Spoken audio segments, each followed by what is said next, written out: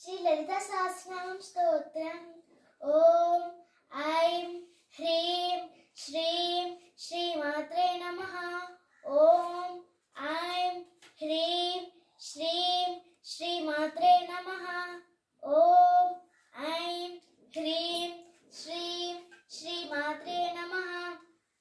శ్రీమాతా శ్రీ మహారాజ్ఞి శ్రీమత్ సింహాసనేశ్వరి చితగ్నిగుండ సంభూత దేవకార్య సముద్యత ఉద్యద్భాను సహస్రాభ చతుర్బాహు సమన్విత రాగస్వరూప పాషాఢ్య క్రోధాకారాంకుశోజ్వల మనోరూపేక్షు కోదండ పంచతన్మాత్ర సాయక విచారణ ప్రభాపూర మజ్జద్ బ్రహ్మాండ మండల చంపకాశోణ పున్నాగ సౌగంధికల సత్యచ కురువిన్న మనిశ్రేణి కనత్ కోటీరమండిత అష్టమి చంద్ర విభ్రాజ దలికస్తల శోభిత ముఖ చందగలంకాభ ముగనామిశేషక పతన స్మర మాంగళ్య గృహ తోడల చిల్లిక వక్త లక్ష్మీ పరివాహ జలన్వీవాబలోచన నవ చంపక పుష్పాభ నాసా దండ విరాజిత తారాకాంతికి రస్తారి నాస బలిరబాసుర కలంబ మంజలి క్లుప్త కర్ణకోల మనోహర తాతంగయుగ నిభూత తపనోడుప మండల